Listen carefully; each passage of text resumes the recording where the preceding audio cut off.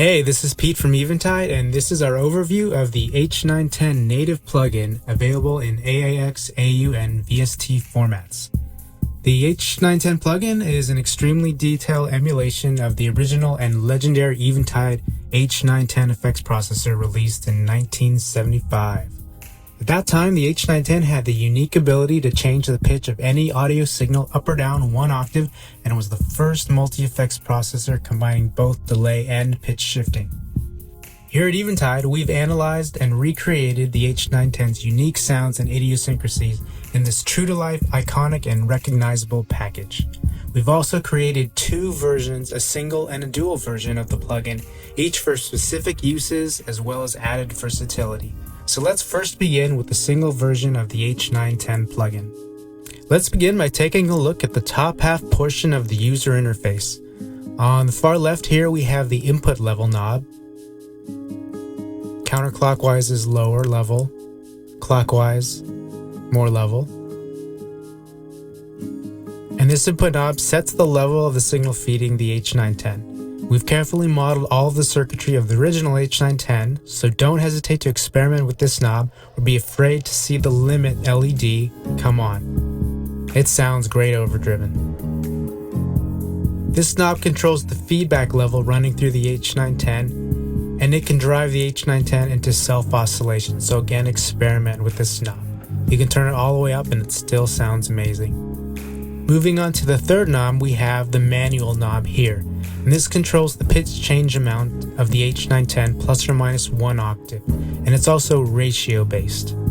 0.5 is down 1 octave, 1 is unison, and a ratio of 2 is up 1 octave.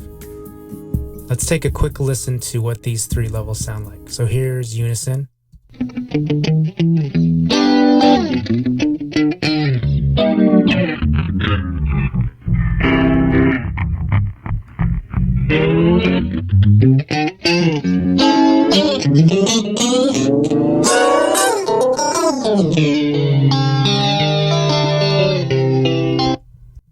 And just like the original H910, the actual pitch change drifts ever so slightly, which is part of the H910's original magic.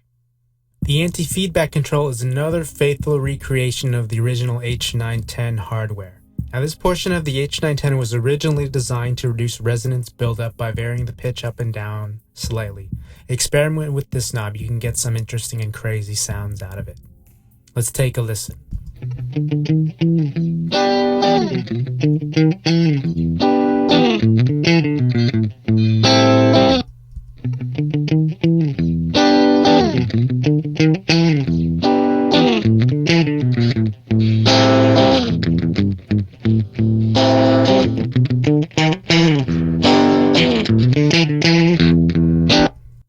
With this bank of switches here, you can add delay to the signal.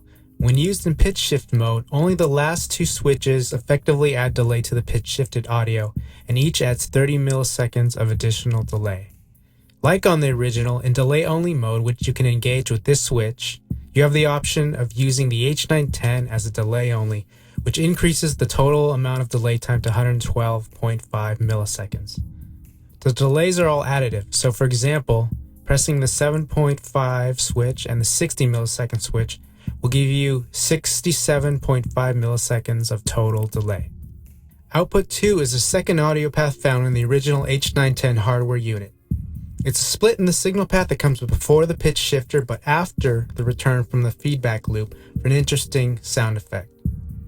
More details regarding output 2 are a bit beyond the scope of this overview, so please refer to the manual for a more complete description of output 2 as well as a flow diagram for the whole H910 unit. Output 2's delay times can be set using these switch arrays here. They work in similar fashion to the delay-only switches shown over here. The pitch control select bank of switches is shown here and determine what controls the pitch shift in the H910. Pressing the manual button means that the manual control knob is controlling the amount of pitch shift ratio.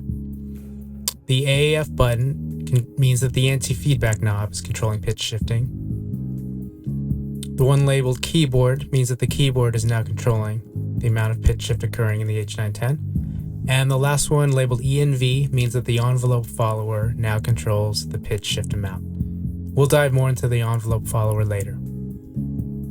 In the lower half of the UI, you have on the left side sliders for mix, main output, as well as a slider for the output 2 level. So let's go through each of these 3 sliders to see how they change the sound of the H910 plugin.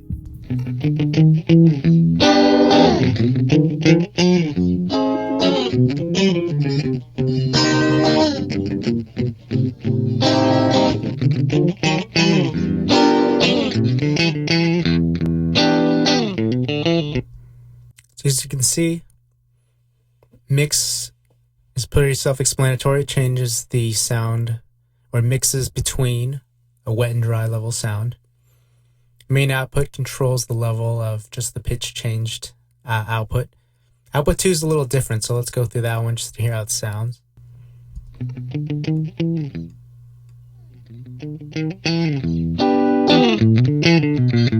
So at first you can hear no pitch change at all using output 2. To hear the pitch change, you actually have to use the feedback knob. As we described earlier, output 2 comes before the pitch change occurs, but after the feedback path.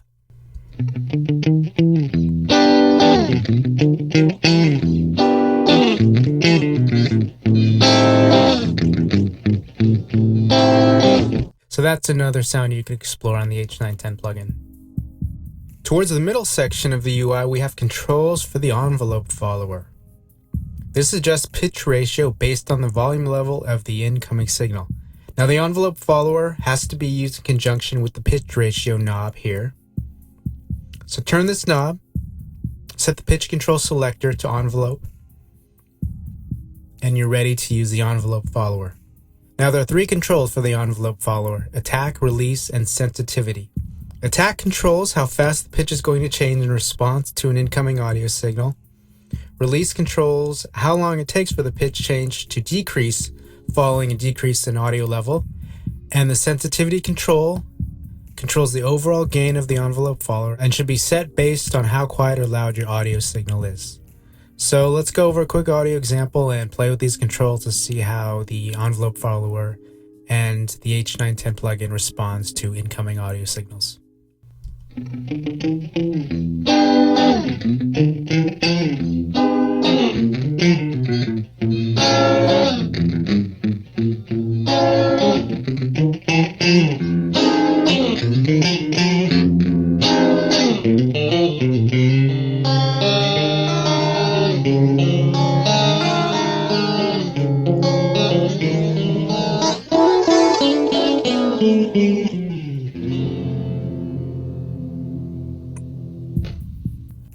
On the bottom right of the UI, we have the keyboard. Select the keyboard switch from the pitch control selector, and now you can use the keyboard to control the pitch ratio.